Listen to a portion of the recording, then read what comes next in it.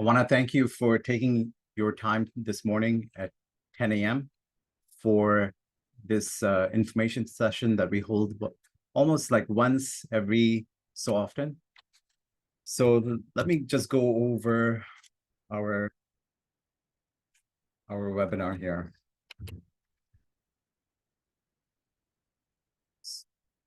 Yeah. Okay. So I want to start with a question. What is your 10-year plan? How are you planning the future when it comes to buying and acquiring real estate so you can buy it and rent it and just keep it rented? What are you doing? And how many properties do you want to own in your portfolio of properties? So you have to start thinking this way when it comes to buying and acquiring properties, investing into properties, right? And what are you doing to learn about real estate? So I want to congratulate you for coming onto this webinar to learn how pre-sales work. And that's one part of investing. And think about, I want you to really think about your fears when it comes to investing, because a lot of people think, well, what if I lose money? What if I lose my job? What if I can't pay my bills? What if I can't pay the mortgage? Well, there's a lot of people who own a lot of real estate and things are going fine with them, right? So you just have to make an educated choice, take an educated risk, and the rewards are huge, right? So, and this is where you have to create a team of professionals who will basically consult you, right? And I'll talk about what our approach to real estate is when it comes to helping you buy and sell. So click here. Now, the other thing you want to think of is, how do you overcome that fear? And the way you overcome fears is by education, by knowledge, and taking action, right? It doesn't matter how much knowledge you gain. If you don't take action, it's no use. And what I tell my clients is, don't let your fear paralyze your faith, because what you'll do is you will think about all these negative things, but you won't think about positive things. What if I accumulate one more what if I buy one more property and rent that out? How will the picture look in 10 years? What if I another 3 properties and rent them out? And then your negative mind will say, well, you know what?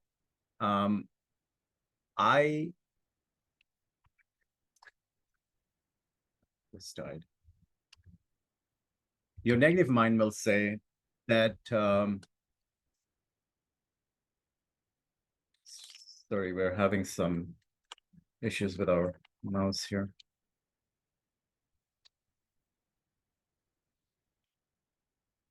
Just get, can you get the wired mouse on the other one? Okay. So what you want to do is you want to think of how do you do things? How do you plan things for next 10 years? And you can't have fear stop you anymore, because a lot of people start thinking negative, but they don't. When you plan ahead, put things onto Excel and do those things, you'll see right away how things would look when it comes to real estate, right? When it comes to acquiring more properties.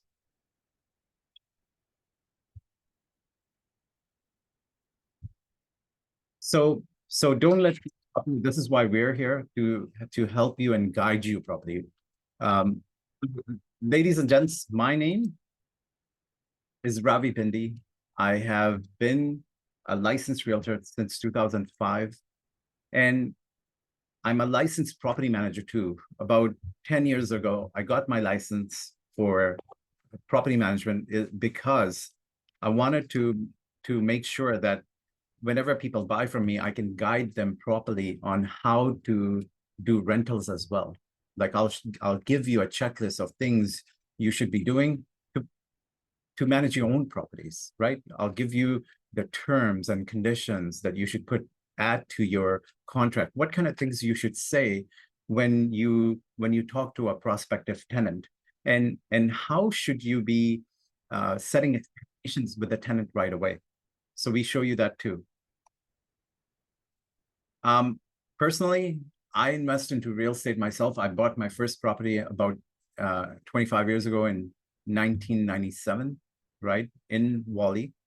And I bought a 2-bedroom, 1-bath, 895 square feet for 97 grand, right, back in day.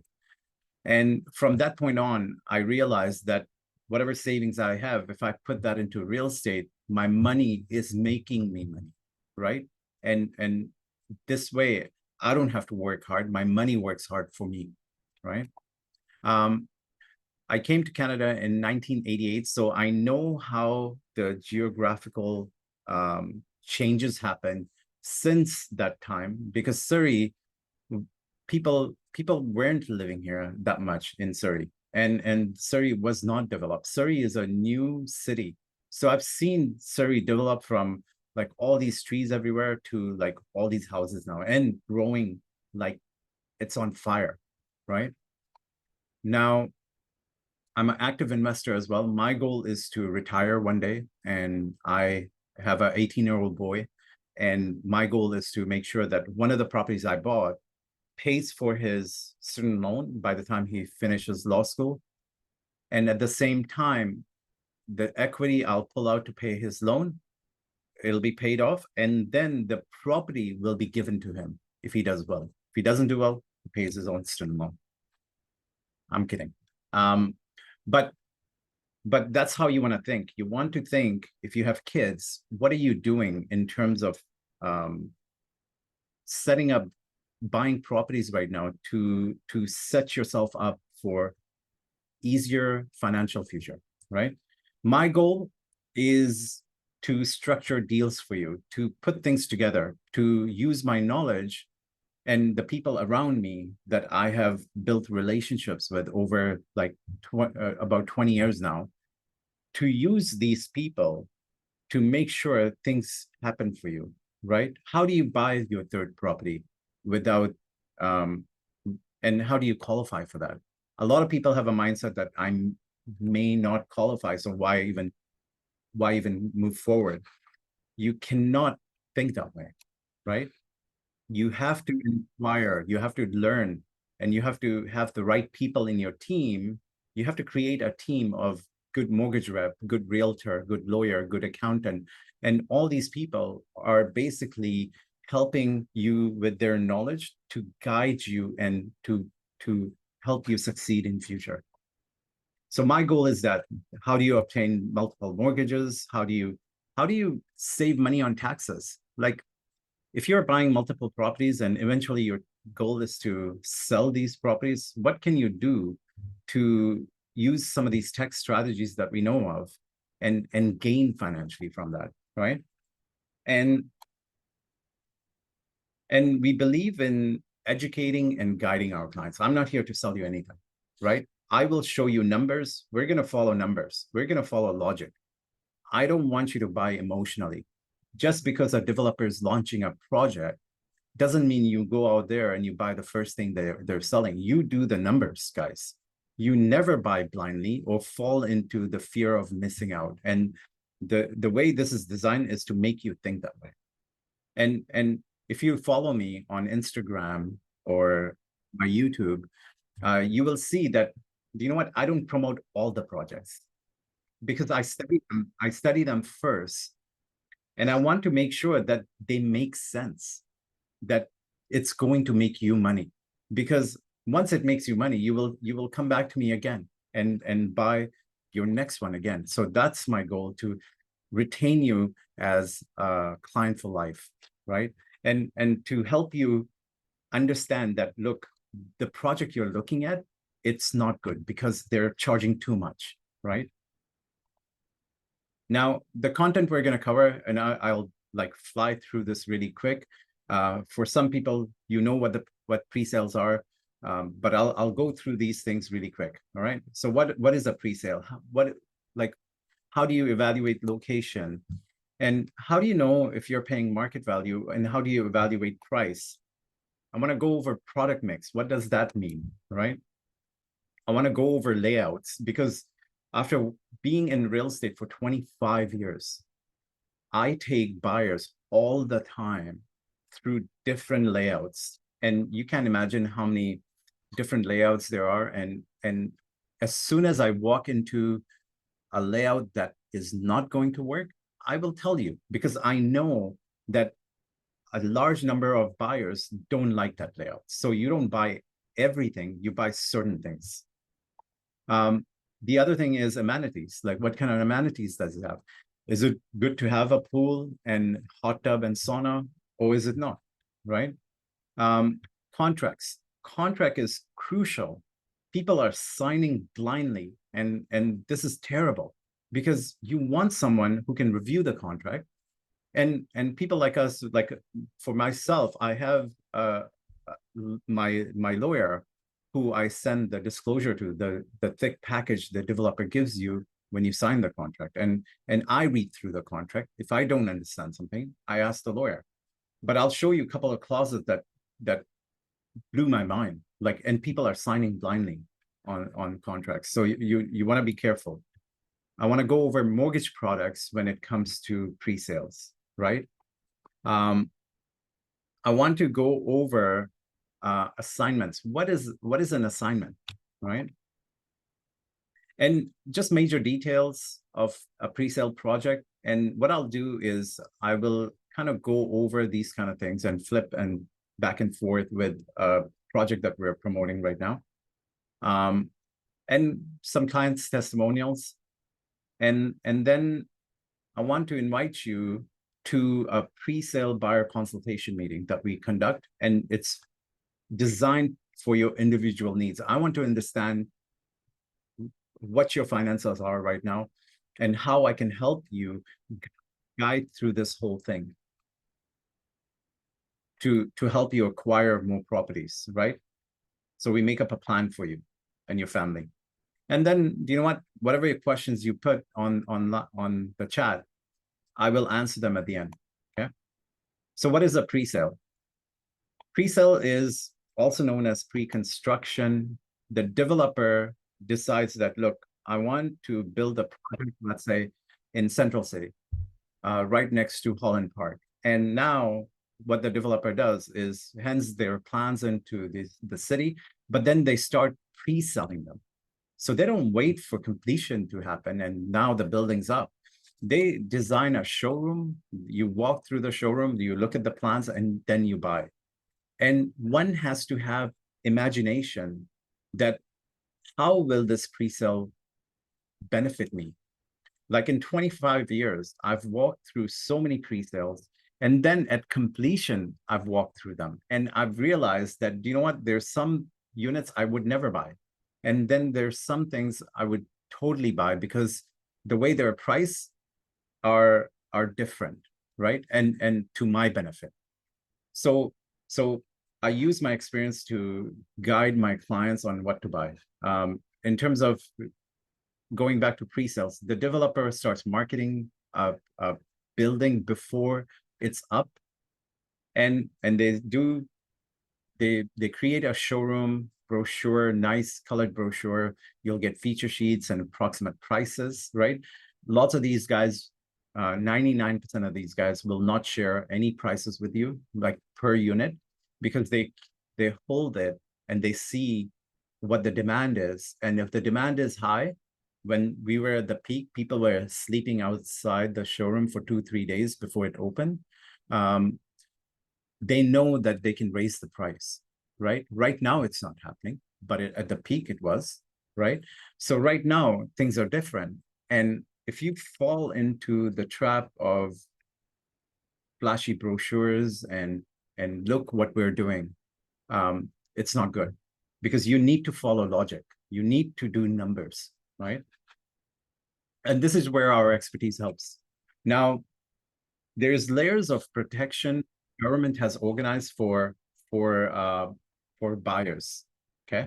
And I'll go over, so when you write a contract, you have 7 days right of rescission, which means in that 7 days, you can tell the developer, look, I have decided not to go with this. I want to back out. You can do that. So the other thing is the deposits are held with a lawyer in trust. So you're not giving the deposit directly under the name of the developer. You are giving the deposit to a lawyer they have acquired, and the cost of that is borne by the developer, right? So they the lawyer holds your deposit and gives that money to the developer at completion. Second part, location. If you like, a lot of people come up to me and say, Ravi, what do you think about Calgary? And when I show them the map, like if you look at the geographical map and where Calgary is located and how much land they have, there's infinite amount of land that Calgary has. Like I can take the Calgary map, the rectangular map, and I can cut and paste that about 50 times across the whole province, and I still won't run out of land. Where Lower Mainland is different than Calgary. Calgary has cash flow. It has always stayed low in price. Whatever you bought in Calgary in 2015 would not have appreciated as much as Lower Mainland. So the question is, why is Lower Mainland appreciating more than Calgary? Well, if you look at the Lower Mainland map, which is on the screen here, to the west of us, there's ocean. To the north of us, you have mountains. To the south of us, it's US. And as soon as you pass Chilliwack and Hope, there's mountains as well. And then you go into small towns like Merritt, Kamloops, and all of that.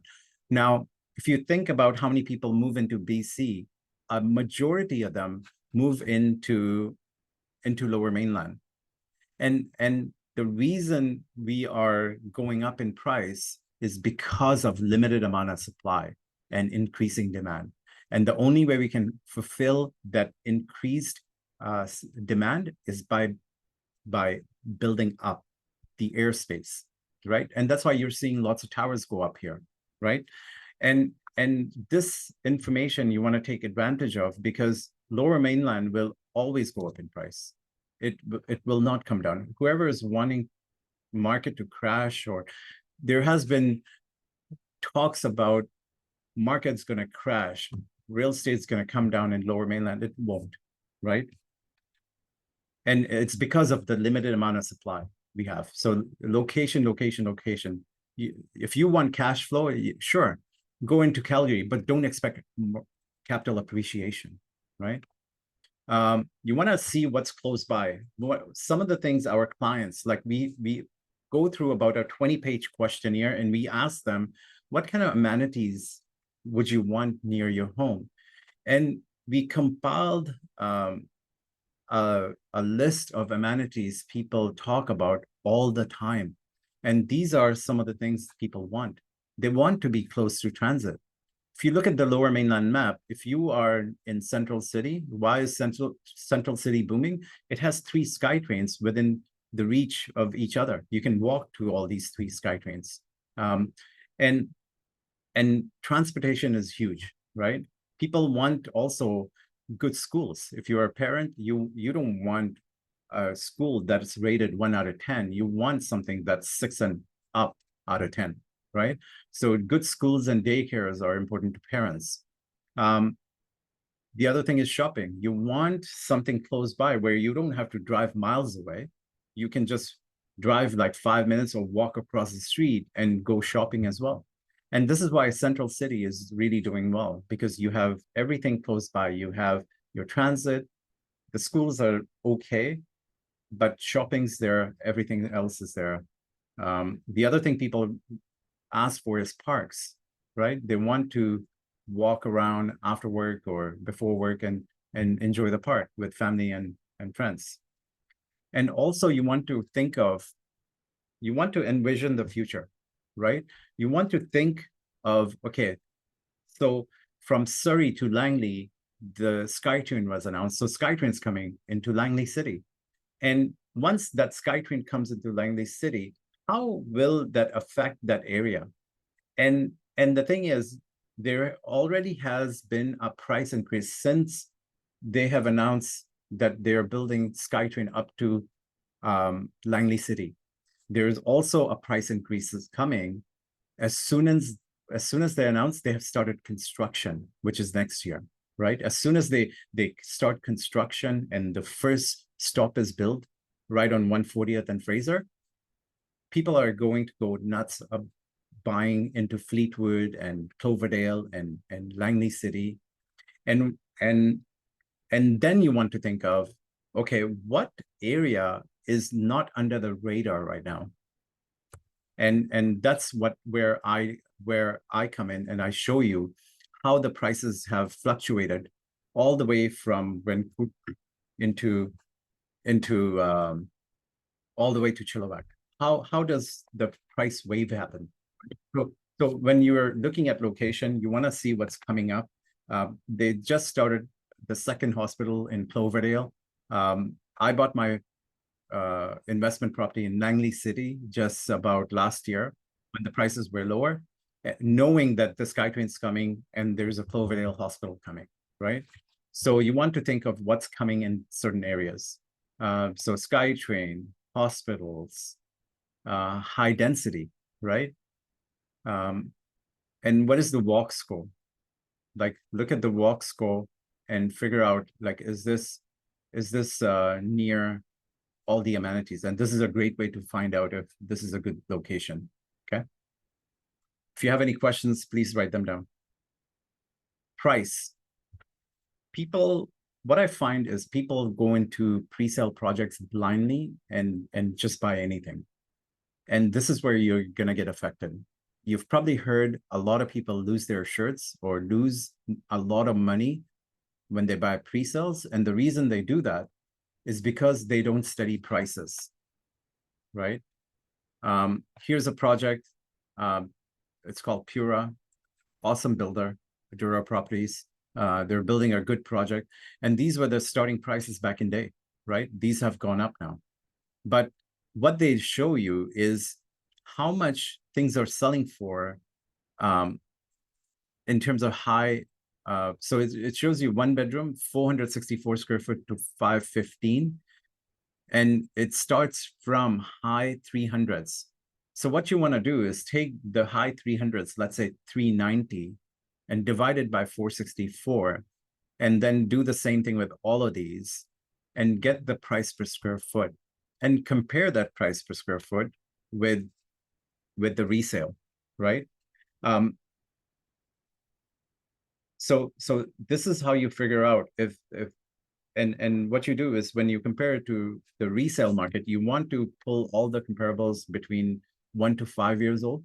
And if the larger the gap there is between the pre-sale and the resale, the less profit you have, right? So my job is to, like, we study pre-sales quite a bit, like on daily basis. And we have created a website, ipresalecondos.com, for that very reason, because we want to know what projects are selling for what. And when I look at projects, when I look at this pricing and I see what's coming in that area, I know exactly what's going to happen. And I've seen this over a year, after a couple of recessions. I know what is about to come, right? You get that hunch after being in the market for so long. So you do price per square foot calculation, but this is where we come in and study this for you.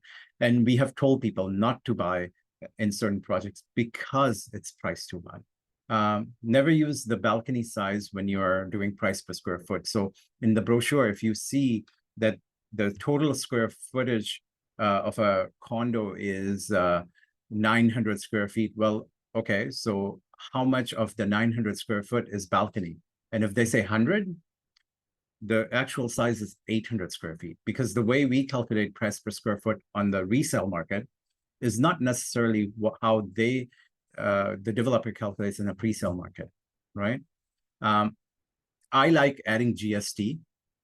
Developers don't. The reason I add GST to my price is because that's my cost. It's coming out of my pocket, right? It's something I have to pay extra. Will I put property transfer tax, legal fees, inspection fees, appraisal fees, all those? Absolutely not. The GST part is the part where I pay more when it's compared to pre-sale, because in pre-sale market, I will pay property transfer tax, legal fees, appraisal fees, all of these fees anyways. So the things I pay in pre-sale, I won't take that into account. The GST is one of the costs I use when I do price per square foot calculation, right? Minus property taxes. Now, find out the price per square foot for comparables for 1 to about 4 years old, 5 years old, because I want to see what things are selling for. And if there's a huge gap between the pre-sale and the resale, that means the developer is trying to charge you future value, that they think, hey, this project will be worth this much. And what we want to do is charge you this much right now. So when you, by the time you complete, it's worth that much. But then there's some projects where they charge you present value. And by the time it completes, it's worth way more. And that's where you make money. And that's where we study all these things for you and recommend these things, right? Now, the way the developer prices their projects is not the way I price them in the resale market. It's that simple. I'll give you an example. I just encouraged my son. He's 18 years old. He wanted to buy a car. I told him, you're not buying a car, son, because here we are at this pre-sale. I see you will make quite a bit of money. I'll partner up with you. You put your savings, all your savings into pre-sale, and I'll put some money in, and we'll buy this in partnership, right? And I could see how he was thinking, oh, what if this doesn't go up in price? Can we look at a whole bunch of other ones too? And I told him, look, based on my experience, this is actually a good deal, because the way we price pre-sale, the way we price resale is not the way developers price pre-sale. So we picked up a ground level unit, 1 bedroom with a corner unit, has a window on the side, and it has a huge patio that opens up to the courtyard, right? And this is the only unit that has that feature, but because all the other units are blocked, basically their patio faces the greenery, and they cannot go into the patio to the courtyard, right? And the way the developer had priced this is it was priced about $5,000 more than all the other ones. And I knew, because they're in the initial stage, when we buy this and there's few left, the developer is going to raise the prices of the other one. So automatically my unit is worth more.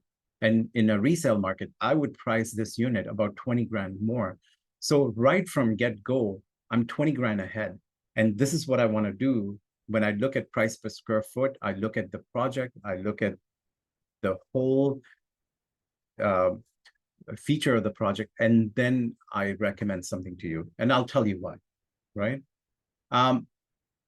You want to understand what is product mix, okay? You want to understand some of these terminologies that we're going to talk about.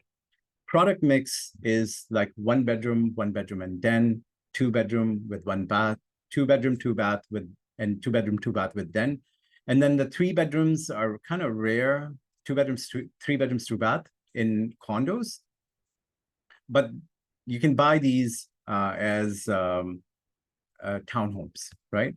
And what they do is they show you, hey, this is what the 2 bedroom is like, 3 bedroom is like, this is the square footage, right? And here are the prices for all these plans. So when you look at this, you want to look at what the price gap is between each product. So we'll talk about price gap in a bit, but you want to look at the product mix, and you want to find out how many of 1 bedrooms are in the project, how many of 1 bedroom and dens are in the project. So let me show you. Actually, Yeah, so I'll go over that in a bit. I think it's in the next slide. But this is what the product mix is. So when you go to a showroom, you want to say, hey, can I see what the product mix is? Like, how many of one bedrooms do you have? How many of two bedrooms do you have? Excuse me. And the way we sometimes, this is one of the criterias to buy pre-sales. So if there's 20 one bedrooms, but there's 5 1-bedroom and dens, and then there's about 16, let's say, 2 bedrooms with 1 bath, and there's 70 2 bedrooms, 2 bath. Based on price gap, I may decide which one is better. Right now, based on product mix, this seems like a good deal because there's limited quantity, limited supply of this. But I want to see what the price gap is between the 1-bedroom and the 2-bedroom and 1 bath, and then determine if this is the right thing to buy. So anyways, this is the product mix. Layout. You want to look at, so this is called a site map, okay? So when you are looking at the project, you want to study the site map and see where are the 2 bedrooms located, where are the 3 bedrooms located, where are the 1 bedrooms and dens located. And in the site map, hold on, let's move this up a little bit. In the site map, there are a couple of things you'll see that there will be something where they point towards the north. So where this side right here is in this building happens to be north side. This is the east side. This side is the west. This is the west side, and this is the south side. Now you want to look at, when you're looking at a project, what is surrounding this building, right? So you want to study the site map. You want to look at where all these units are. You want to look at the measurements of these units, right? You want to review floor plans, and I want to review the floor plans of Pura. There's another project we'll look at the floor plans of, and determine which direction it's facing. You want to see what the surroundings are. Like there's a building I was promoting in New West. On the west side, they had a power plant. Well, you never buy on the west side then, right? Because all you're doing is, when you're looking out your window, you're looking at this ugly fixture that's there. So you buy on the other side. So you want to look at surroundings. Amenities is another thing, right? What kind of amenities does this building have? Does it have pool, steam room, sauna, hot tub? Does it have party room and amenity room? Does it have indoor, outdoor theater, outdoor area where you can have get-togethers, like a dog park or kids playing area, fire pit, sitting area, guest rooms? Some of them have guest rooms. Some of them are building a daycare downstairs in the commercial area, which is great, right? Some of them have a shared workspace, and some of them have concierge. So these are the kind of amenities that that you get, and then storage locker and parking, visitor parking as well is really important, right? Some of them now are building basketball court or table tennis area, and these are some of the features that attract people to these projects. So you want to study the location, the demographics. You want to look at the price per square foot. You want to see who's going to buy there. You want to see all the amenities. Does it make sense to buy in this project because of all these amenities? Like pool, steam room, sauna, they're great, but at a certain point, you need to exit from this building because these things cost quite a bit more. These things are going to cost quite a bit more for you to maintain in future. So there comes an exit time, and we basically, when we're helping you buy and sell, we basically review your portfolio, and we will show you, okay, this is what you need to do this year. We need to sell this, and here's why. and we need to move on with the other one, or we need to keep this for another 2 years, right? Contracts. Now, a lot of people are getting into a lot of problems because the realtor they're using doesn't know what they're doing when it comes to reading contracts. They're not seeking a lawyer for their client. They're saying, Mr. Client, you go hire a lawyer and you get this contract reviewed and let us know if you want to move forward, right? We caught this clause in a contract where we ask the developer to cross this out, right? So the developer was giving options of crossing this out, but 75% of the realtors did not catch on, or 75% of the buyers didn't catch on, right?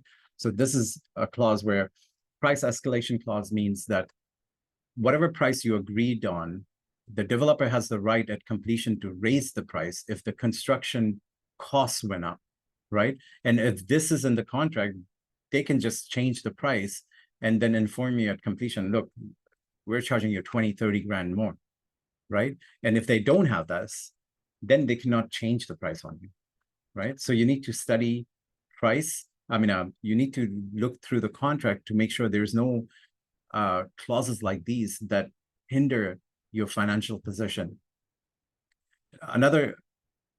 So looking for clauses, getting it across, what's the subject for the developer? Like a developer may have subject to financing for 2 years. And in 2 years, if they don't sell out the project, they have the right to return your deposit to you without any interest, right? So you want to read through these kind of things.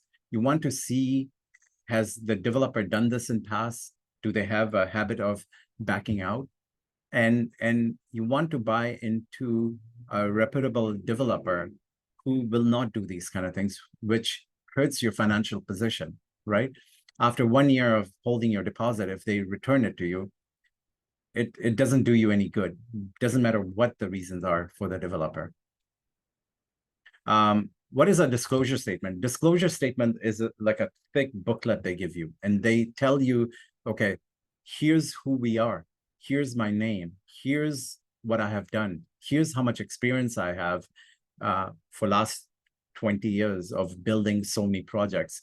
This is the project we're building. This is what we're going to do with this project. Here's the strata information. Here's the title information. Here's the strata plan. Here's in the appendix all the schedules, like Form K, the copy of the contract, or rental disclosure statement, like a whole bunch of things, right? That you need to not go through everything, but certain sections you need to go through and understand exactly what the builder is doing.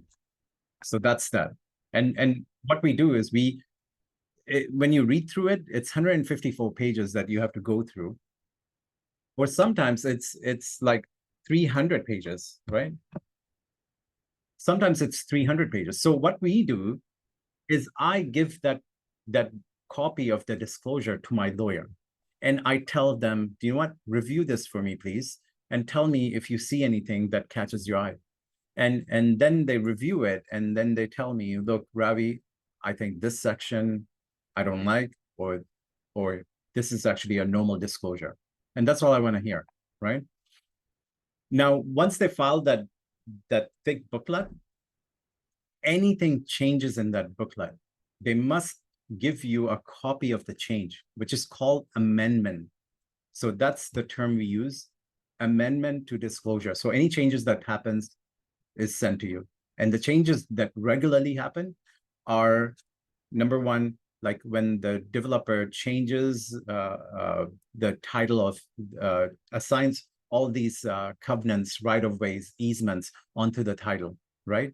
And these things will stay on the title, and it's basically gives the right for the city or the utility companies to come in and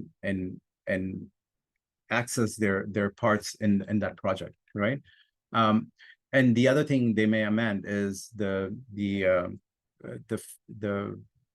financial budget, and they'll say, look, based on today's inflation, the strata fees will go up at completion by this much, right? So they'll tell you that. Or they may change a bylaw, and they'll say, well, we don't want anyone smoking. We realize we don't have no smoking bylaw, We want to change that. So here's the change we're doing, right? Here's another clause.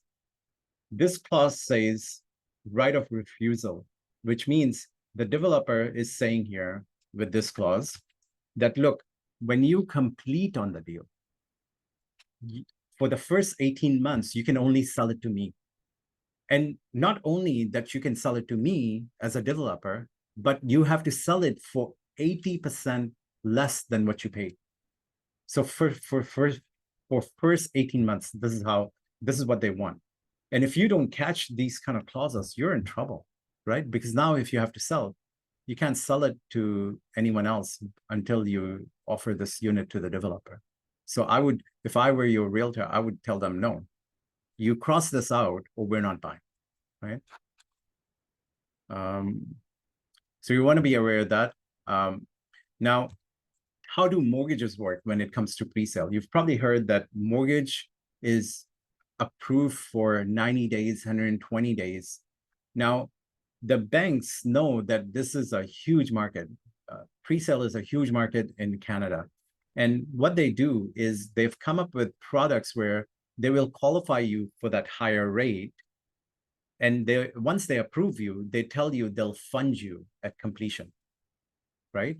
So what they'll do is they'll approve you right now, let's say it's 7%. And before it completes, 90 days before it completes, they'll say, okay, the rates actually went down. You're fully approved, so I don't need to do appraisal. I don't need to check your income verification. Even if you lost your job, let's say your wife is on maternity leave, they won't check anything at all because you're fully approved on day one.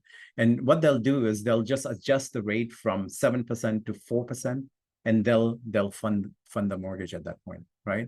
So whenever you buy a pre-sale, do you have to qualify for a mortgage? Absolutely not. Does a developer want a mortgage approval letter? They don't.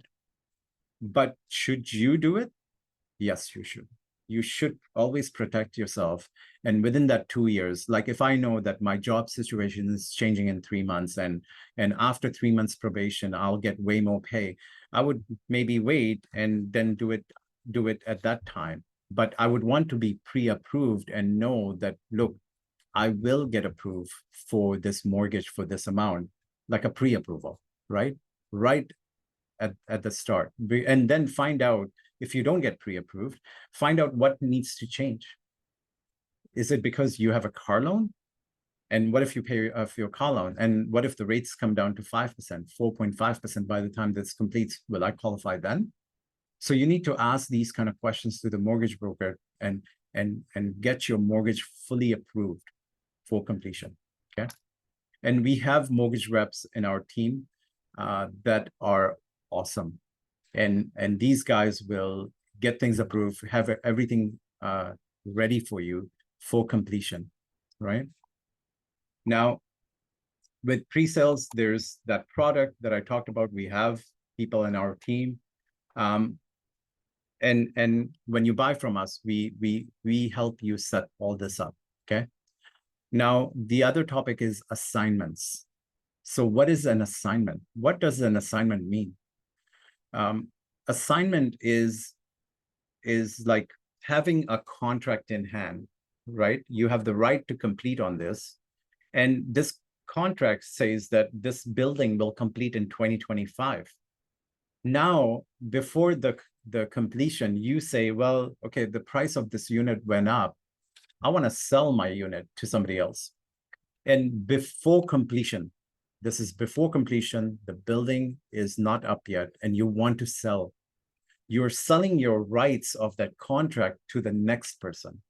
And selling that right to the next person is called an assignment, right? And after the building is complete, there is no assignment. It's regular sale, right? Should I buy with that end goal in mind? Absolutely not. This is where people get in trouble. And if you want to buy and think, oh, I heard my friend made 300,000 by assigning it. Well, your goal is to think long-term, not short-term. You want to accumulate this because you don't want to make 100 grand. You want to make 300-400 grand in 10 years when this thing goes up in price. And by that time, the tenant has paid down your mortgage, right? Do not think short term, think long term.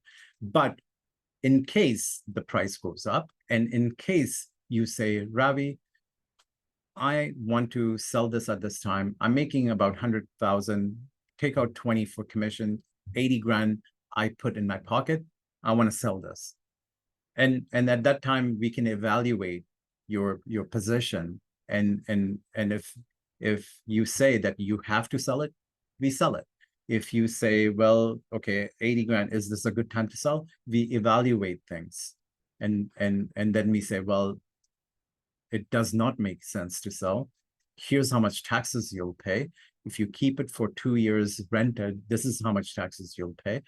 Or you live there for a couple of years, this is how much you'll pay, right? So you have to evaluate all these situations and decide, does assignment make sense? And in most cases now, it does not make sense. And the government is making it difficult for you to assign. They want to charge full GST. They want to charge full taxes on the profit. They're making it difficult, right? Can you do it?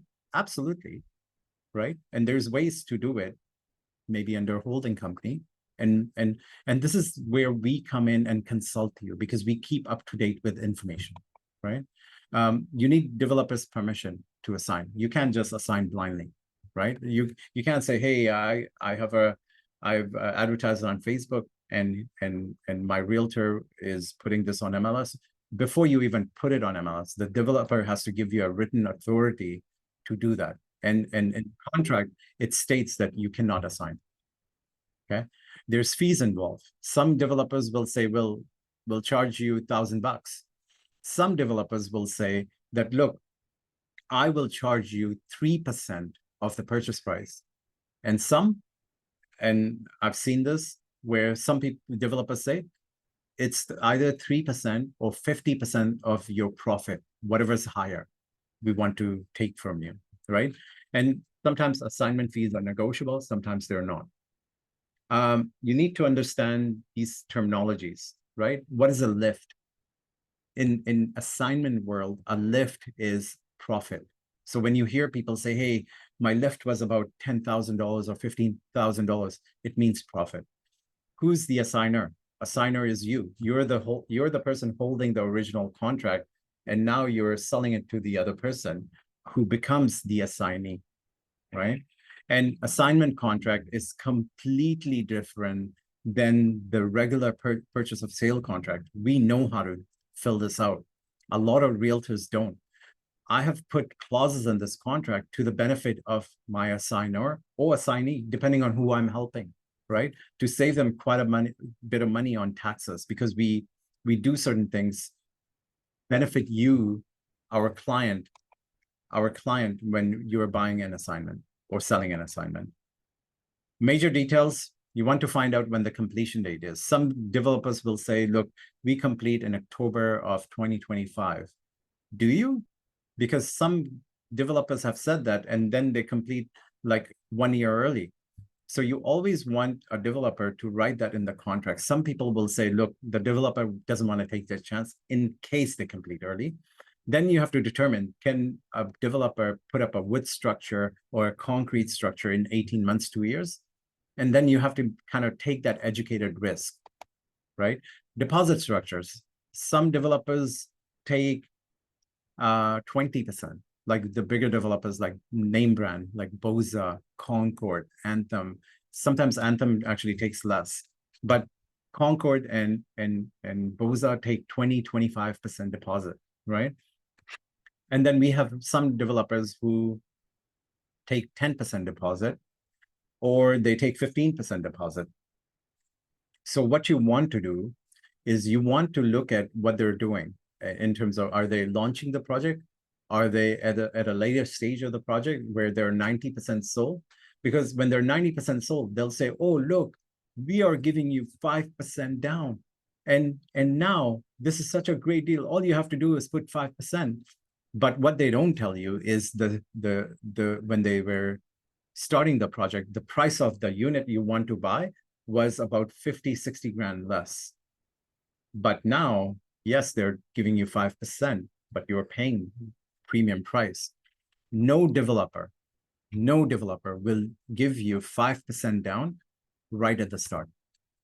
And what I mean by that is 5% only until completion date. There's lots of developers who will say, hey, put 5% now, 5% in 6 months, and another 5% in 12 months, right?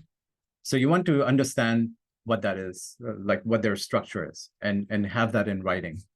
Decorating allowance. So when you negotiate price, they will not reduce the price. What they'll do is they'll say, look, we don't want to touch the price, but we'll write another piece of paper, an addendum, where we'll say that we have decided to give you a $10,000 decorating allowance, a $5,000 decorating allowance. And in my experience, I have been able to take quantity of sales to developments and got as much as $60,000 of decorating allowance, right? Actually, 65. Strata fees. They will tell you that the strata fees is 49 cents per square foot or 60 cents per square foot. Some developers will say, oh, the strata fees is 27 cents per square foot. Well, 27 cents per square foot, you can't do nothing, right? And what they'll do is they'll amend that disclosure. And then after you cannot get out, they'll tell you, look, the cost of living has gone up. Now it's 37 cents. Then the next year they'll say, oh, now it's 57 cents. So it's anywhere from 49 cents to about 60 cents per square foot for condos. Condos have larger cost of repairs, like elevators they have to maintain, boiler rooms and electrical outlets per floors, right? They have to maintain all this. And for that reason, your strata fees are way higher when you buy a condo. And this is where you have to decide, should I buy a 3-bedroom condo and pay $700 or $600 for strata fees? Or am I better off buying a townhome, right? Deficiency walkthrough. Every time a developer completes on a project, before completion, they will say, look, we are about to complete. Come and walk through your unit because we want to see if you can see any damages, right? So I'm not there to inspect like the electrical outlet or the appliances if they're working or not. I'm there to check major damages. Like I want to see if there's like a crack on the granite. Is there a chip on the corner of the granite? Are there scratches on the cabinetries, right? Is there a ding on the window? Are the blinds opening all the way? Because with one development, when we opened and closed the blind, we found out that one of the windows had shorter blinds. So like you want to make sure that all these deficiencies will be covered before you move in. Or sometimes, you know what, rightfully, like they cannot get the parts in time and they'll say, look, we will fix this. We're just waiting for this to happen, right? Completion process. You want to understand the completion process, how the developer wants the completion to happen. And you need to read through the contract really carefully. And at that point, you need to get a lawyer involved and make sure that the completion process goes through smoothly for you with the combination of the realtor, the mortgage rep, and the lawyer, okay? So now what, right? So you need to do a 10-year plan. My 10-year plan for you is that you acquire 3 to 5 properties, right? And that we set it up in a way where we can rent it. One property, if you have kids, we're gonna buy one each for each kid, and it'll be under your name. But with that mindset that, look, I'm gonna buy this for this child, and I will not sell this for next 10, 15 years. So we're gonna buy something like a pre-sale that is fairly new, and then when you complete, you rent it, and then you keep it and let the tenant pay down the mortgage, right? my job is to basically educate you and guide you.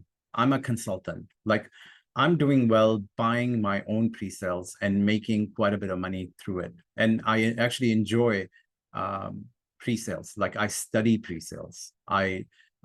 You can't imagine how many showrooms I drive through and how many brochures we get for all these pre-sales, and we study prices. And my job is to educate you to make sure that you are not making a mistake, like a big financial mistakes. If even if you like a project and I don't, I'll tell you. Like, I'll tell you, don't buy this, because look at the prices. Look at the last 4 years of look at the last 60 days of comparables for 1 to 4 year old units, and here's the reason why you should not buy this, right? We are consultants. I'm not like your regular realtor. I'm here to guide you properly and to help you set things up for future. I want to set you up for next 10 years. We do real estate planning. So I want to understand your situation, your family's situation. I sit with you, just like financial planning. We do real estate planning, and I want to make sure that you have enough money that the tenant is paying down your mortgage, and by the time your kids are ready for university, here's a property where you'll take equity out of. Once they're done, you will pay off their education, right? And the other properties you will use for your retirement. Oh, there's a mistake. Deficiency walkthrough. Here are some of the testimonials people have given us. Like, go onto Google and read our testimonials. If you know any friends or family who have used us, give them a call and ask them, what do you think, right? This person right here, because we like, Nirav is a good client of ours. With his situation, what we ended up doing is, because we sold him a unit first, and then after I told the developer, look, if I sell 20, how much decorating allowance are you going to give us on top of the 50 grand? And the developer said, well, another, if you sell, Ravi, if you sell 30 and more, I'll give you another 10 grand per client. And when we did, we asked them to give this gentleman 10,000 decorating allowance as well. And this guy had already signed the contract, everything. But I didn't have to do that. But because I knew I was at a point of like negotiating and having a higher leverage, I got him another 10 grand, and he was blown away. Right. So what is the next step now? Right. You need to book a pre-sale buyer consultation meeting with us, where we sit with you and go over your specific needs. And you'll get an email from us. You've signed up with us. You'll get an email from us asking you that, hey, when do you want to book this? It'll be a Calendly link. You can pick a day you want. And I would love to sit with you guys and guide you through the process. Just so you know, I'm a licensed realtor. I'm not here to just educate. The way I make my living also is by selling you a pre-sale. My interest is not just to sell you any pre-sale. My interest is to make sure that the pre-sale you buy is a good pre-sale, right? And this is how we make money. So if you are working, if you want to work with us, this is what we do. This is what we believe in. Every realtor has access to the same thing. Every realtor works differently. And this is how we work. We are a consultant, and we have a team around us that will help you with making sure that you save taxes, that you qualify for mortgage, that you don't get in legal problems. We're here to do it as a team, right? So this is the approach we take. I really hope that one day I will help you and to buy a pre-sale. This is my contact info. You can take a picture of this. Give me a call and let me know how I can help you in future. And what we're gonna do is, now we're gonna open up the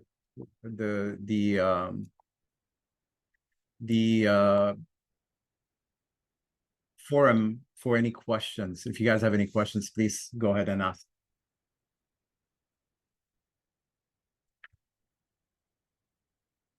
So while you're thinking, and if you have any questions, unmute and ask. But there's a question on the chat here. Does it make sense for a first-time buyer to get a pre-sale condo instead of a resale condo, considering extra 5% GST I would have to pay for pre-sale? So, Naka, it totally depends on what the development is, how much they're charging. Is the price close enough to the resale? What your situation is? Do you need to save up more money by that time? Do you want to save up more money and at that same time pay less interest, right? Because by that time, interest may have come down. So these are the things you want to think of, okay? And when determining if pre-sale or resale is the better choice. Right now, if you were to buy things in Central City, a lot of things in terms of resale is way better than pre-sale, right? Can you make adjustments to pre-sale? If you say there are a few bad final apartments, I don't understand that question. Can you make adjustment to pre-sale? So sorry, Karen. Do you want to explain to me what you mean by that? Hi. Hello. Yeah. So my basic question was like you were saying that when you go for pre-sale, normally you might go to a viewing place, like they have a office setup where they will show you virtually what they're going to be doing in terms of pre-sale, Yes. and you have to like get an imaginary guess as to what it is. Yes. And you said that many a times when the final product is ready, the final apartment, it may not be turning out the same way as it was imagined or as it was showed before. Few of Yeah. them are bad. So Yes. I was just wondering, like in the pre-sale, when we are doing booking or something, can we make adjustments to the apartment what we are booking, or we need to look out for some terms for that? So lots of developers are pretty good with the end product when they deliver. You won't see like a big hole in the wall when you buy or dirty apartments. They'll give you everything in clean condition.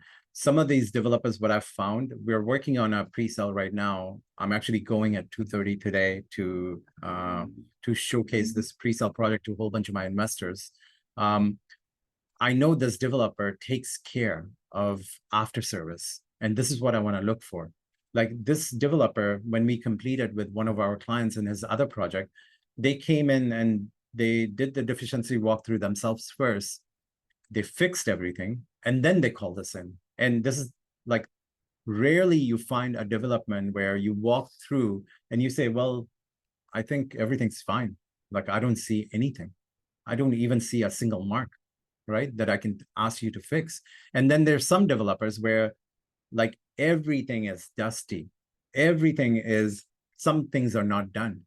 And now how do you deal with that? They tell you, look, this is your deficiency walkthrough time. And then I tell them, look, put down in this deficiency sheet that there was too much dust on the floor, so I could not see any scratches. Or there was so much dust on the walls that I could not see any scratches on the wall, right? So, and I know I don't want to deal with that developer anymore, right? So I want to deal with developers who are really good with after service. So you want to find out their after service program, right? Does that answer your question? A little bit. Another thing was like if there is, let us say, some defects or something, uh, normally do they give a time period as to you can claim like some defects in the house or something within this time period after the completion?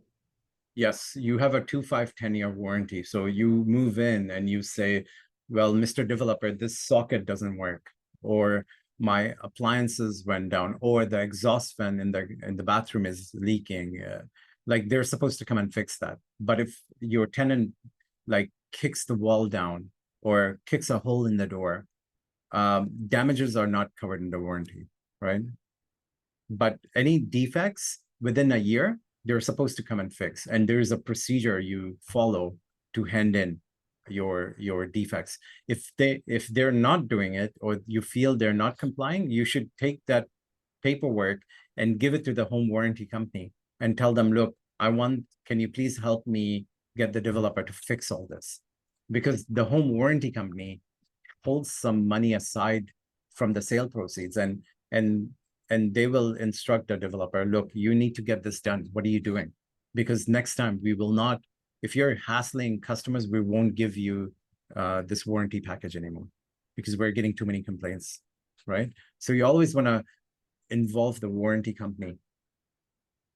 So it means that there is kind of insurance or safety package from the developer side also taken when they construct it. Yeah. Oh yeah. Yeah. Okay. And yeah, they may not do it. They may delay things. They'll say, oh yeah, we'll come tomorrow. We'll come, when they don't show up. Like those kind of people you don't want to deal with. There's reputable developers, and then there's developers like that, right? So yeah, there's a lot of developers, like we sell into quality projects. We know these developers have a good reputation, a good after service program, and I want you to have a good experience once the whole thing's completed, right? And then sometimes you take that risk. You say, well, okay, I didn't have a good experience with this developer last time, but they're selling something at a really good price. Do I take my chances, right? So you have to make a business choice at that point. Okay, so yes, the recording will be emailed to everyone. If you have a mortgage, what if the mortgage interest goes, so Shri has a question, what if the mortgage interest goes up at the time of completion and I won't be able to qualify? Well, this is why you should get mortgage approval right now. If you get the mortgage approval right now, it doesn't matter what the mortgages are at that point. If the mortgage goes up to 9% and you got qualified for 7%, you qualify. They will fund you the mortgage, right? Karen has a question. Do we need to stay in the region where we're buying a pre-sale project? Is this the right time to buy as per interest rates? How does it work for the first-time buyer? So do you need to live in BC to buy a pre-sale project? Absolutely not, right? You can be in Calgary, Toronto, buying a pre-sale project here, or you can be living here, buying a pre-sale project, and then for work situation, if you're going to Toronto or Calgary, that's okay. Is this the right time to buy pre-sale project because of interest rates? If you calculate the interest rates and you look at the portion that goes towards interest now with these interest rates, it's huge. So does it make sense to buy a pre-sale project right now? Yes, it does. Because what you're timing, what you're hoping is by the time this completes, rates come down, right? And when the rates come down, you can take advantage of that lower rate, but the price you're getting right now, because historically when rates come down, prices move up, right? And how do things work for first-time buyers? So when you're buying a pre-sale, the government says you need to live there for at least 1 year, right? And that's what they want you to do when you're buying as a first-time buyer. Hopefully that answers your question, Karen. What is the minimum income per year to enter into pre-sales? It totally depends. It fluctuates, money. It fluctuates from, like, are you buying like a 1-bedroom condo for 455,000, or are you buying a 3-bedroom townhome for 950,000? So it all depends on what you're buying, and the way you can get the answer for that question is by involving your mortgage advisor, right? And they can tell you based on your financial situation. They'll say, okay, this is how much you qualify for. And we have some great ones if you need one. What is normally a good pre-sale time period and terms of completion? How many years? So like, right now that elections will happen in 2025 October. All these politicians are saying, look, you vote for me, we'll lower the rates down. And that's going to be an ongoing thing when all these parties want your vote. And I see that rates eventually will come down, because historically, if you look at this, here, let me share something else with you. Sorry, I'm taking a bit more time, but I promise it'll be worth it. If you look at this,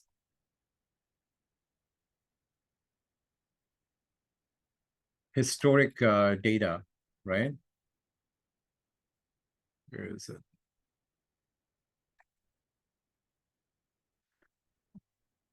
So whenever rates have gone up, here's the peak, they have dropped, and then they have gone up, and then they have dropped. They have gone up, they have dropped. And this is the story from 1992. And if I go even 1979, that's how it has been. Rates have gone up, gone down, right? This is Bank of Canada interest rates. They went up 2008, 2009, and then boom, they dropped, right? They went up a little bit, they dropped, went up a little bit, they dropped. And now they've gone up quite a bit. And guess what's going to happen next? It will drop. Will Bank of Canada tell you that? Absolutely not. They're going to make you feel like, look, we're not dropping rates anytime soon. We are going to hold the rates, and maybe they will hold the rates for a longer period of time. We don't know how long will they hold the rates for, but there's a lot of pressure, political pressure, public pressure on Bank of Canada to say, look, lower the rates. One thing they're doing is trying to control inflation. Inflation hopefully comes under control by them doing the rate hikes. I think the rates have to go up to 6% for inflation to actually come down and economy to get affected. And once that happens, we will slowly see rates come down, right? And when they do come down, historically, when rates come down, prices go up. When rates go up, prices slowly come down, right? So you want to look at this and understand what's coming up in future. Elections, pressure on Bank of Canada. Inflation actually is dropping, and we'll see how much it drops as time goes. But if it comes under around 2% and stays like that for about 6 months, you'll see rates start dropping, right? So you want to time things, and in terms of going back to your question about completion date, I would say I would wait for where's the chat? There it is. I would wait for like, I'm banking on Bank of Canada lowering rates hopefully by 2025. They're starting to, and then I'm hoping that the market picks up around that time. But there's a lot of things happening. The Surrey hospital is coming up. The SkyTrain construction is going to go up, right? Prices are not coming down, guys, because with the Surrey hospital construction, with the SkyTrain construction, with the construction of about 15 towers that are going to complete in 2024, 2025, just in Central City, not counting Metrotown, Brentwood, downtown, we're going to have lack of supply issue coming up. We're going to have lack of plumbers.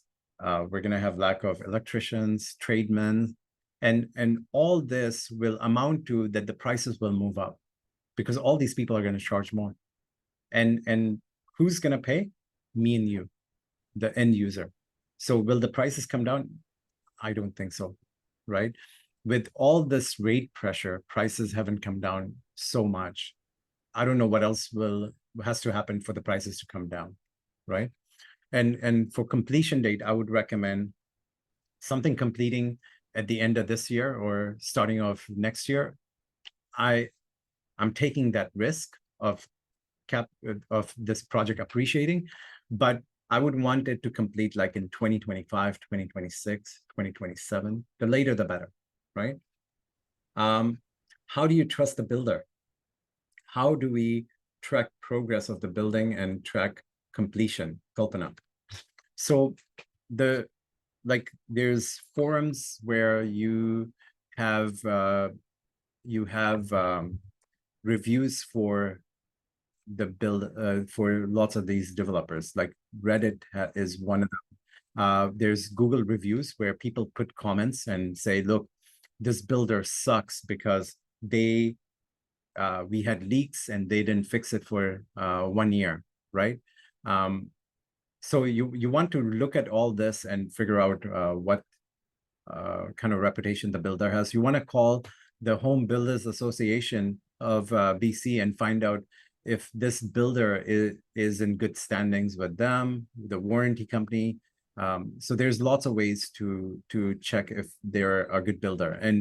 And even going to their projects, like sometimes I door knock some of these projects and they say, hey, look, I know you bought this from Boza or whoever, and tell me more. Like, do you like have they like serviced things properly? And then you hear stories, and some people said they suck, the builder sucks, don't buy here. Or some people will say, no, these guys are amazing, right?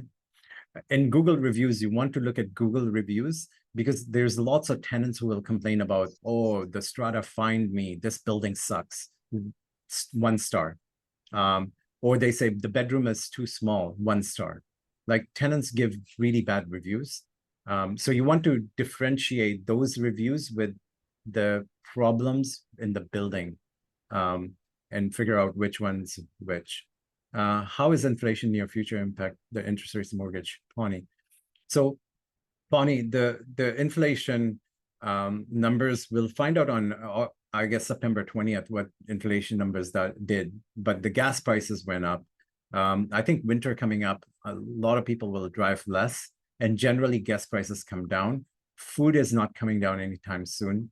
And real estate, it's not moving too much.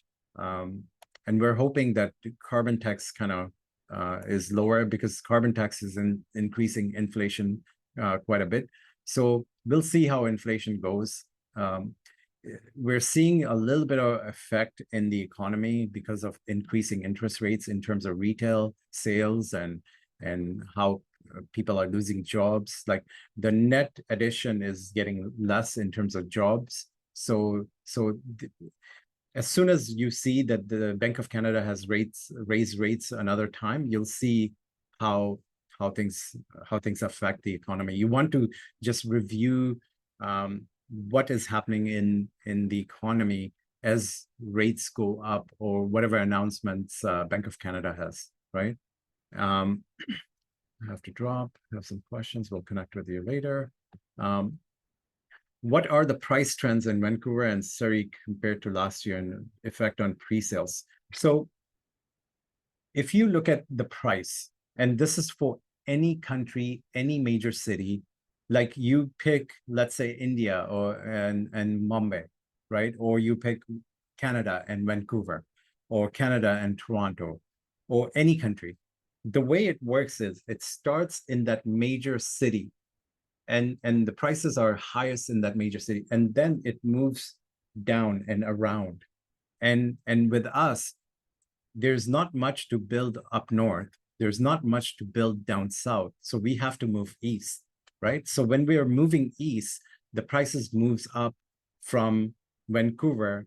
Next is Burnaby, Richmond, and Coquitlam. Then the next place where prices move up is like Port Coquitlam, New West, and then the next one is like Surrey, Langley. The next one is Aldergrove, Abbotsford. The next one is Chilliwack, Hope, right?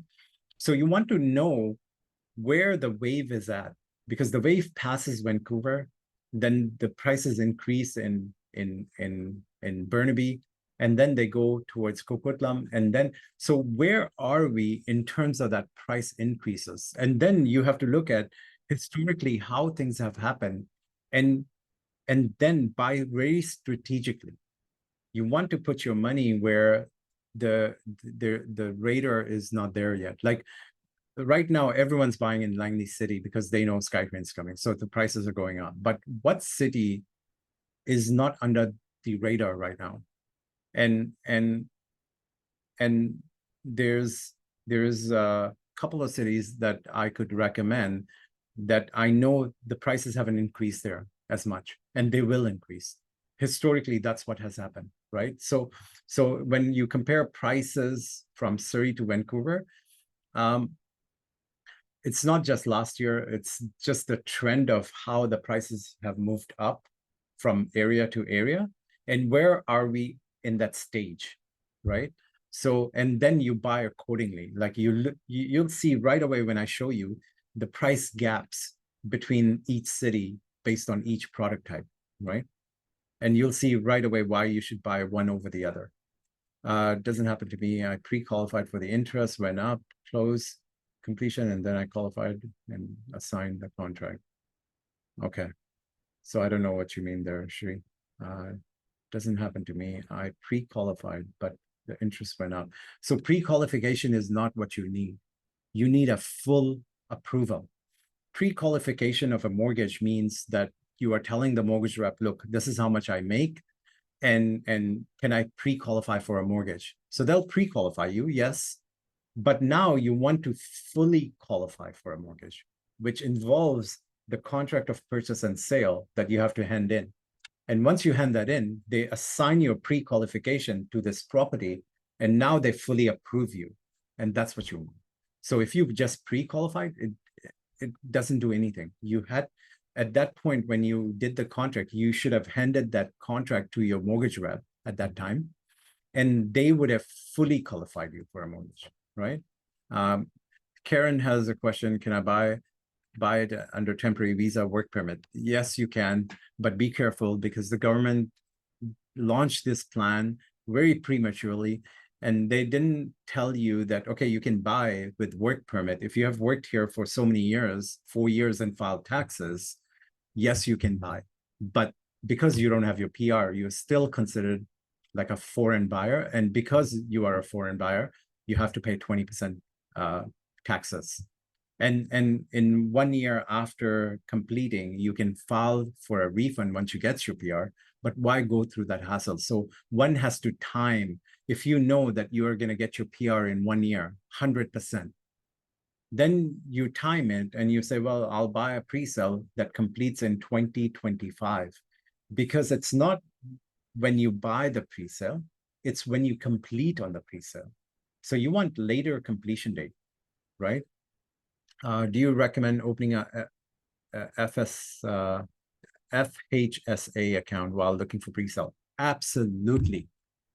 You will save money on taxes. You will save money quite a bit, and whatever money you make, it's basically tax-free. 8,000 you put in every year.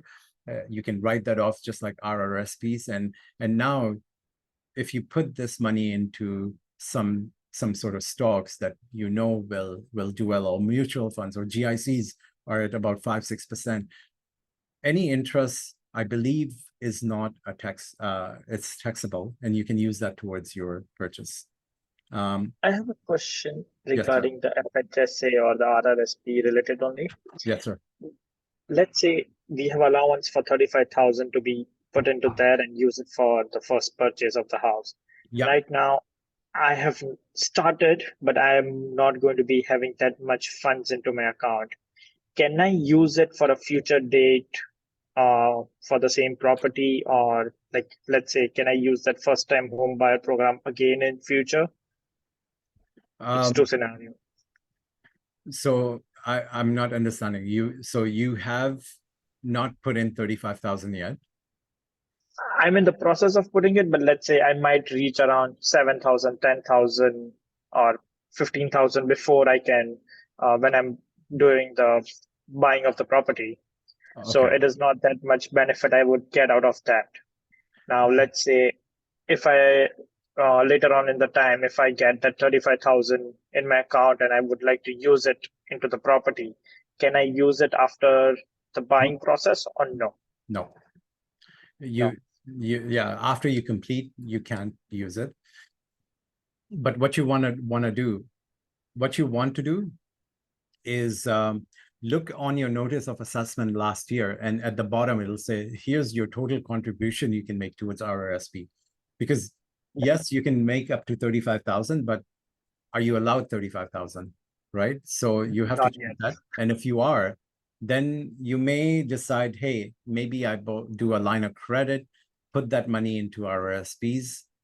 I get some tax refund, whatever tax refund I get, pay some of that towards RRSP loan. Now I can withdraw that RRSP money and buy my first home. Oh, that is a nice idea. Thank you for pointing out that. Yeah. No worries, man. And this is where like it helps to have somebody who can kind of design things for you. So Yes. let me know if we can sit down for a pre-sale buyer consultation meeting. Sure. I'll give you a I call. will be looking out at my schedule and looking out surely to meet you. Excellent. I look forward to meeting you. So how does townhome versus condo fare in terms of equity growth? So it all depends on the product types. So product type means condos, townhomes, and detached. When the rates are high, the most effect that goes towards the price is for the detached houses. Like the detached houses that were selling for 1.8, 1.9, now are selling for 1.4, right?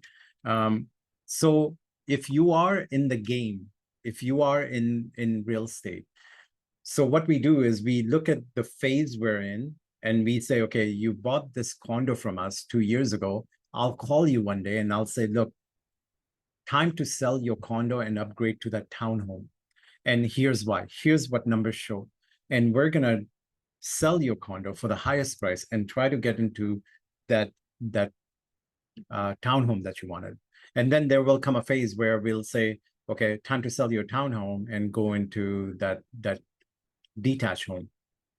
So what you have to look at is the price gaps between each product type. So 1 to 4 years old, 2-bedroom condos, how much are they selling for? Then you have to look at the price gap between the 2-bedroom condo and the 3-bedroom townhome per city and see how much price gap there is. And at a point, there was a point where townhomes were selling for like condos were selling for 550, townhomes were like 650. And we knew that when the rates go up, townhomes are going to pick up, right? Because every 4 condos we build, we're building like 1 townhome. And detached is out of range for many people. You have to put 20% down to buy anything over $1 million. So now you have to think, what do I buy, right? And I think with rates coming down, townhomes are great if you qualify for them, but in certain areas, townhomes are way too much and they'll still come down in price. So what we do is proper study of the prices, and then we recommend, okay, in this location, condo makes sense. In this location, townhome makes sense. When the rates come down, this is what's going to happen, right? So it's not a straightforward answer. Like I'd have to look at the price gaps between all of these products, right? Can I buy a pre-sale using TFSA to pay my deposit? You would have to ask your accountant that question. But TFSA, well, you can withdraw your TFSA and take that money and put it into your deposit, of course. But then you lose that room now in your TFSA, right? But now you're parking that money from stocks or mutual funds into a piece of real estate that historically, like when the rates come down, which I showed you, historically, whenever they have gone up, they've come down. And when they do come down, you'll gain financially from that. And I think there's a better gain to have in stock market or in mutual funds than real estate. Like real estate will appreciate quite a bit more, especially in Lower Mainland, right? Any other questions? I highly recommend, guys, like there's no cost to you to do this pre-sale buyer consultation meeting. I want to use my knowledge to help as many people gain financially. And my job is to look at your overall situation, make up a game plan for you, and have a 10-year plan put onto Excel sheet so we know what is going on. I have Excel sheets to show you where you put your numbers and it gives you a projection of how much the tenant has paid down in 10 years, 20 years, right? And once you have these things on Excel and set things up on Excel, now you see the final picture. Now you see in 10 years how much money you're going to accumulate, how much wealth you're going to accumulate. And you will say, look, based on what I just saw on Excel, I do not want to sell as assignment. You yourself will do this. So my goal is to set things up for you and help you properly. I want to be your real estate consultant for life. I don't want you to use any realtor. I want you to use me, because I will set things up for you properly. And that's my goal, like not just to sell you stuff, but properly follow up with you for like a couple of years and say, look, we need to review your plan. We need to tweak things on your plan. You are ready to pull equity out of this property and buy your next one. And then if you say, Ravi, I want to sell this, my job is to say, well, based on right now, I don't recommend you sell this, because you're going to, when rates come down, this townhome is about to appreciate. Like, you'd be crazy to sell it. I have made mistakes along the way. In my 25 years, my portfolio hasn't been perfect. I have sold properties and I've thought to myself, what the hell just happened? Like, market just picked up. And now if I just held on for another year, I would have made another 120, 200,000. And I sold it prematurely. So learn from my mistakes, guys. Learn from my experience. I will guide you properly. I don't care if you buy or not. I will not pressure you. I don't believe in pressure. I will show you value. And now you decide if you want to take this step. But if you don't take action, you're not going to get anywhere, right? Like, I've missed out on properties. And I think, man, like, only if I had bought this property back in 2003 from 275,000, it's selling for 3 million right now, right? I don't want you guys to make same mistakes. Like, I've learned from these things in my past. And when you come to me and you say, Ravi, I want to sell this, I'll tell you no. Like, I'm going to make money when you sell it, but it's not that. Like, that's not what consultants do. My job is to properly evaluate the market and say, look, based on my knowledge, like, hey, I would not sell this. I would keep it for another 2 years, and let's get together in another 2 years and evaluate. If you tell me, Ravi, I'm having problems with a tenant, well, I have my property management license. I know a little bit of things on how to deal with tenants and what to do and how to fill out paperwork, right? So I will consult you in that too. I will give you a package and I'll show you exactly how to screen tenants, how to communicate with tenants, how to set expectations with tenants, how to raise your rent more than 3.5% that the government allows you right now, right? How do you raise more?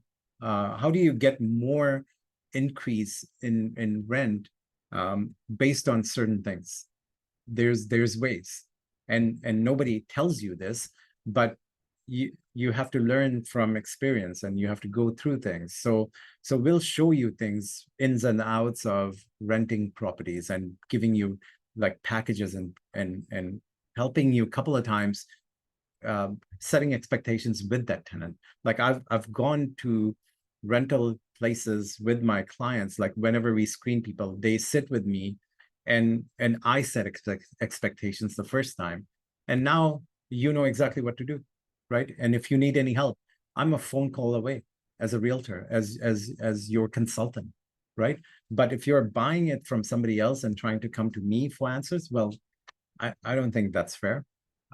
So if you buy from me, then I'm your consultant. If you don't buy from me, you got to go to the realtor you bought it from, right? Any other questions, guys? I'm sorry, I took another 30 minutes answering these questions, but awesome questions. Like, you guys have some amazing questions, and I hope I answered them properly and justified those answers. So I'll wait for another few minutes. You all will get an email. If you're watching this on YouTube, there's a link under the description of this video where you can click and book a home buyer consultation, pre-sale home buyer consultation meeting with us, where we'll make up a game plan for you, right? You need to plan next 10 years. The next 10 years are crucial for your financial wealth. You think in 2015 you should have bought things. You should be thinking that way now. Like the best time to buy was in 2015, and now the second best time is now, because the 10 years, what's about to happen, it's going to blow your mind, right? So guys, like, take action. Don't be scared. Don't do stupid things. Don't just buy on fear of missing out. Like, do your calculations, do your price per square foot calculations, and then decide, does this make sense? And being in Lower Mainland since 1988 and following the market since 1997, I think I know a little bit about what is happening in the marketplace, and buying and selling pre-sales and gaining financially. Like, I know how to do that. And I want to be your consultant, guys. I hope you will hire me and let me help you make up your 10-year game plan. And I look forward to helping you gain wealth when investing into real estate. Thank you so much for coming in. You have any questions, you guys have my number. My number is displayed in this video, in the description as well. Call me and set an appointment with me, guys. I would love to help you guys out. All right. Thank you. Any other questions? Just give me a call, guys. Thanks so much. Yeah, thank you, Ravi. Bye. Okay. Thanks, guys. Thanks so much. Thank Bye.